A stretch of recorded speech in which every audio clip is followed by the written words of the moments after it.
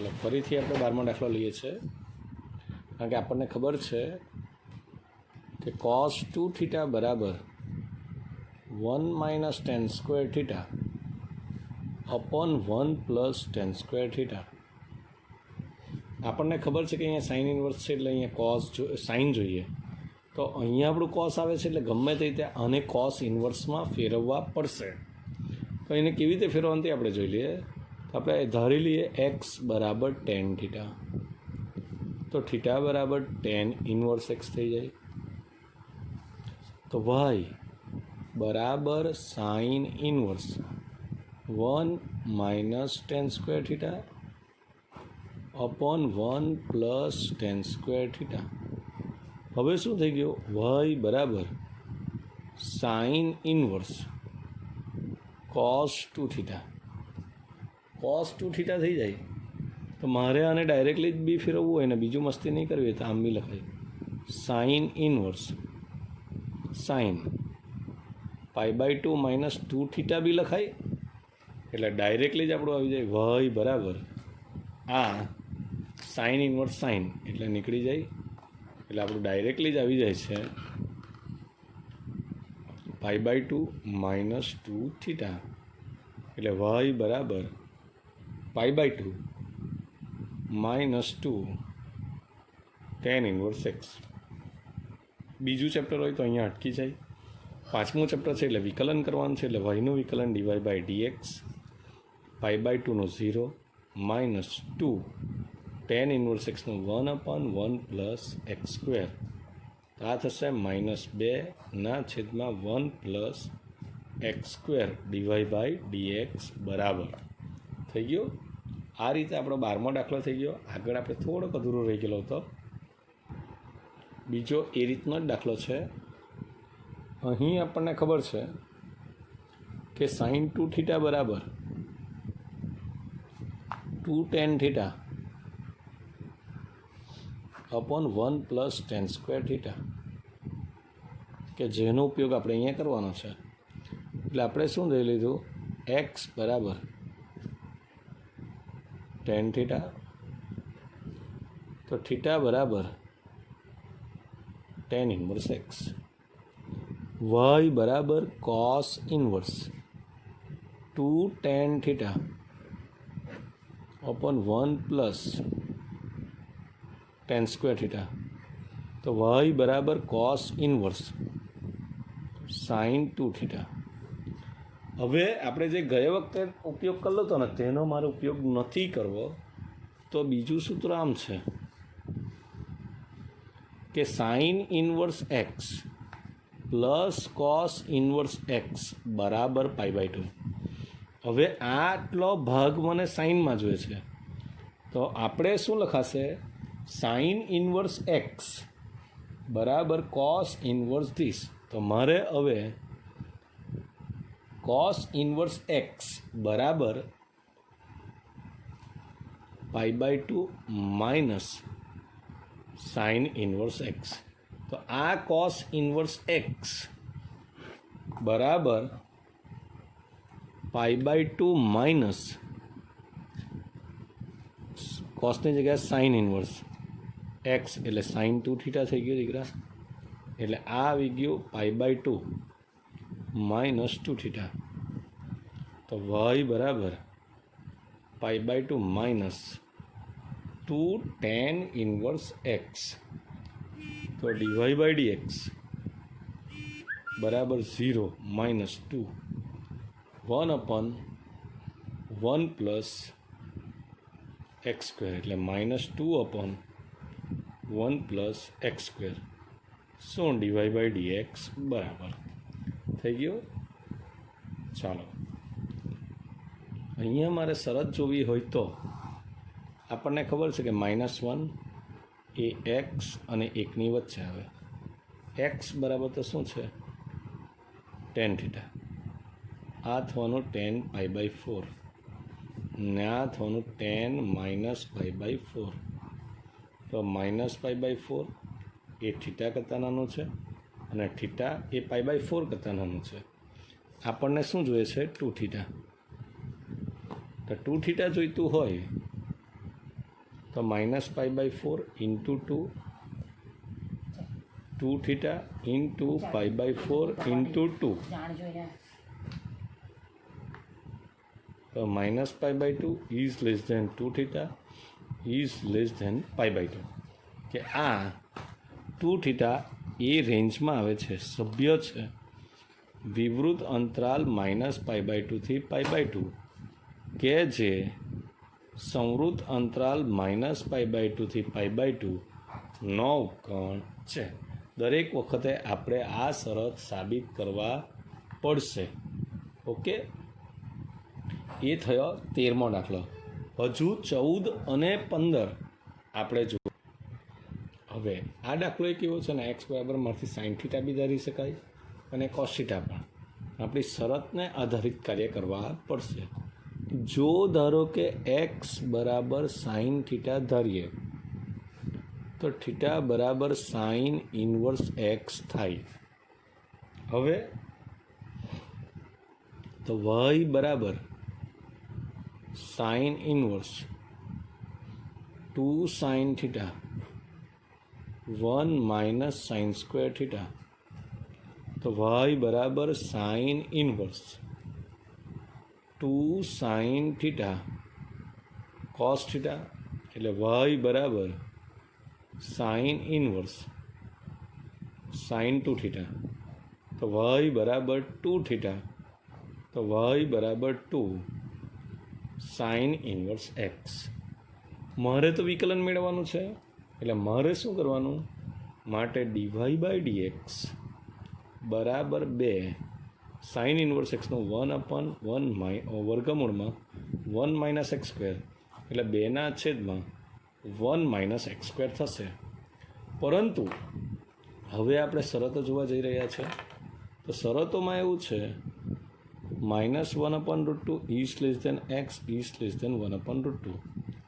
એટલે એક્સ બરાબર તો શું છે? Sine theta. આ કોની કિંમત મૂકવાની? સાઇનના ટર્મમાં જ મુકાય. સાઇન થીટા ધારેલો એટલે સાઇન -π/4. તો -π/4 એ થીટા કરતાં નાનું છે અને થીટા એ π/4 કરતાં નાનું છે.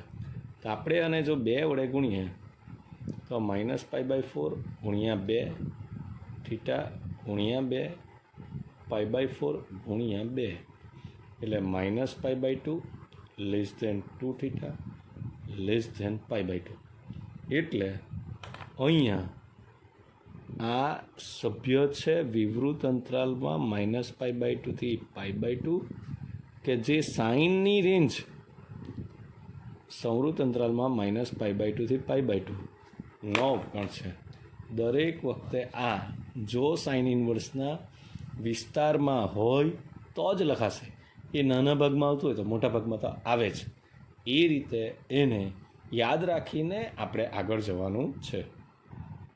હવે આ દાખલામાં આપણે જો એક્સ બરાબર કોસ થીટા ધારીએ, કારણ કે આપણને ખબર છે કે cos 2 થીટા બરાબર 2 cos સ્ક્વેર થીટા -1. હવે આપણે આને પહેલાં લખીએ વાય બરાબર સેક ઇન્વર્સ 1/2x² -1, એટલે કે વાય બરાબર cos ઇન્વર્સ 2x² -1. કારણ કે આપણને ખબર છે કે સેક ઇન્વર્સ 1/x બરાબર cos ઇન્વર્સ x. આ સૂત્રનો આપણે ઉપયોગ કરવાનો. તો વાય બરાબર cos inverse 2 cos square theta -1. તો વાય બરાબર cos ઇન્વર્સ cos 2 થીટા. તો વાય બરાબર 2 થીટા લખાય તે પહેલાં મારે શરત સાબિત કરવાની. તો શરતમાં કેવું છે દીકરા કે 0 એ એક્સ કરતાં નાનું છે અને એક્સ એ 1/√t કરતાં. એક્સ બરાબર તો શું છે દીકરા? આપણે ધાર્યું કોસ થીટા. આપણે અહીંયા લખ્યું નથી. એક્સ બરાબર કોસ થીટા. તો તો થીટા બરાબર કોસ ઇન્વર્સ એક્સ આપણે ધારેલું છે. તો આવ્યું કોસ થીટા, આ કોસ π/4 અને કોસ π/2. અહીંયા પહેલું કેવું દેશે? π/2 એ થીટા કરતાં નાનો છે અને π/4 કરતાં, કારણ કે કોસ ઘટતું વિધેય છે એટલે એને મારે લખાય π/2 is less than theta is less than π/2. ઘટતું વિધેય છે. તો હવે જો 2 વડે ગુણું તો -π/2 થી 2 થીટા થી પાઈ. હવે આ જે સભ્ય થવાનો તે ક્યાંથી ક્યાં થવાનો? વિવૃત અંતરાલમાં π/2 થી પાઈ, કે જે કોસનો વિસ્તાર 0 થી પાઈ છે તેનો ઉકળ થશે. માટે y બરાબર 2 કોસ ઇન્વર્સ એક્સ માટે dy/dx બરાબર 2 -1/1 પ્લસ એક્સ સ્ક્વેર એટલે -2/1 પ્લસ એક્સ સ્ક્વેર. અહીંયા આપણે એટલું બતાવવાનું કે આપણો છે તે π/2 થી પાઈમાં આવી જાય છે ને કોસની રેન્જ તો 0 થી પાઈ છે, એટલે આપણાથી આ લખી શકાશે. આવી રીતે આપણો સ્વાધ્યાય 5.3નો 10, 11, 12, 13, 14 અને 15 એટલા દાખલા પૂર્ણ થાય છે. આ દાખલો આગળના બધા દાખલા કરતાં અલગ છે, કારણ કે અહીં શરત આપવામાં આવેલી નથી. તો આપણે અને આદેશ એટલે કે સાંકળના નિયમની મદદથી જોઈશું. તો સાઇન ઇનવર્સ યુ, હા આપણે જો ધારો કે એનું વિકલન કરવું હોય વાયને સાપેક્ષ, તો dy/dx બરાબર 1/√1 -u²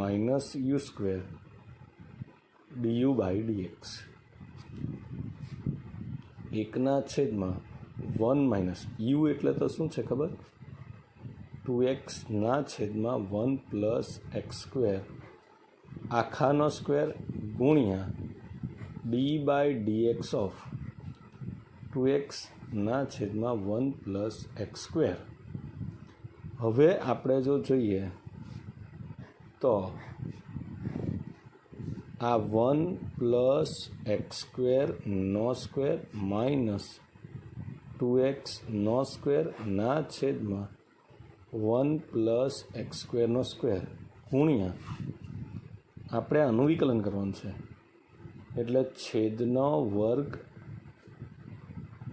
છેદ અચળ અંશનું વિકલન 2 ઓછા અંશ અચળ છેદનું વિકલન 2x.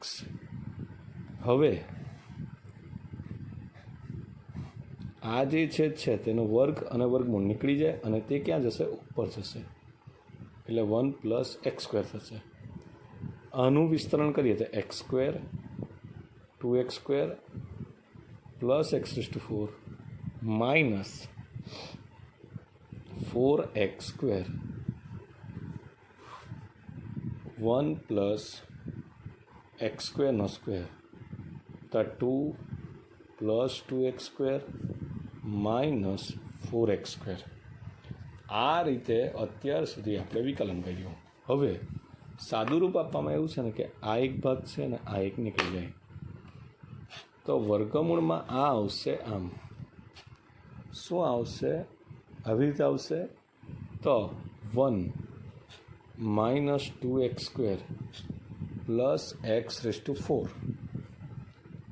ગુણ્યા 2 માઇનસ 2x² ના છેદમાં 1 પ્લસ x². હવે આ શું થવાનું?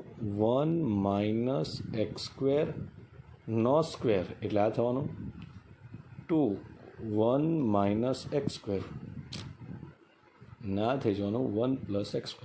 આપણે વિકલન જ કરીએ છીએ, વિકલનનું જ સાદું રૂપ આપણે કરીએ છીએ. અહીંયાથી આ વિકલન ચાલુ થઈ ગયેલું પહેલાં જ સ્ટેપથી આપણે વિકલન ચાલુ કરી દીધેલું. તો હવે ડીવાય બાય ડીએક્સ બરાબર 1/1 - x². સ્ક્વેરનું વર્ગમૂળ, પણ અહીંયા શું લેવા પડશે? મોડ્યુલસ ગુણ્યા 2 1 - x²/1 + x². અહીંયા જો તમે ધ્યાનથી જોઈ તો આ મોડ્યુલસ છે. આ મોડ્યુલસની કિંમતને આધારિત એના વિકલનોના પ્રકાર 2 થઈ જશે. એટલે ફરીથી આ છેલ્લું પદ હું પાછળ લખું અને ત્યાર પછી એના 2 ભાગ પાડું. હવે અમે પદ લખેલું હતું, હવે આના 2 ભાગ પડશે. કઈ રીતે? તો મોડ્યુલસની કિંમત આના બરાબર 0 લઈએ તો શું થશે કે x² બરાબર 1. એનો મતલબ એમ થયો કે મોડ્યુલસ x બરાબર 1, એટલે મોડ્યુલસ x બરાબર 1 તો x મોડ્યુલસ xની કિંમત, જો અહીંયા આપણે પાછું એક શરત લખવા કહેવાય, આગળ y એ વિકલનીય નથી. એટલે કે મોડ્યુલસ એક્સમાં એ વિકલનીય નથી, કારણ કે મોડ્યુલસનું આપણને આવડતું નથી. એટલે એક્સની કિંમત કાં તો 1 કરતાં ઓછી હશે, કાં તો મોડ્યુલસ એક્સની કિંમત 1 કરતાં વધારે હોય. જો મોડ્યુલસ એક્સની કિંમત 1 કરતાં ઓછી હોય તો x² <1 થશે, કાં તો અહીંયા x² <1 થશે. એનો મતલબ એમ થયો કે આ 1 - x² એ 0 કરતાં મોટું થાય ને અહીંયા 1 - x² એ 0 કરતાં નાનું થાય. જો આવું થતું હોય તો મારે અહીંયા એમ લખવા પડે તો અહીંયા 1 - x², આ જો ધન હોય તો હા, કે આ ધન થઈ ગયું, આ શું થઈ ગયું? ધન થઈ ગયું. ને આ શું થઈ ગયું? ઋણ થઈ ગયું. ઋણ થઈ ગયું તો મોડ્યુલસ x બરાબર 1 - x² થાય, ને આ મોડ્યુલસ 1 - x² બરાબર -1 - x² થાય. તો હવે ડીવાય બાય ડીએક્સ, આ કેસમાં ડીવાય બાય ડીએક્સ બરાબર 1/1 - x² ઇન્ટુ 2 1 - x² 1 + x². તો આ અને આ અવયવ કેન્સલ થઈ જાય, તો એનું વિકલન આવશે 2/1 + x². પણ જો આમ હોય તો ડીવાય બાય ડીએક્સ બરાબર 1/-1 - x² ને 2 1 - x²/1 + x². પાછું આ પદ અને આ પદ કેન્સલ થશે, પરંતુ અહીં ડીવાય બાય ડીએક્સ બરાબર -2/1 + x² થશે. આ રીતે આખો દાખલો થાય છે.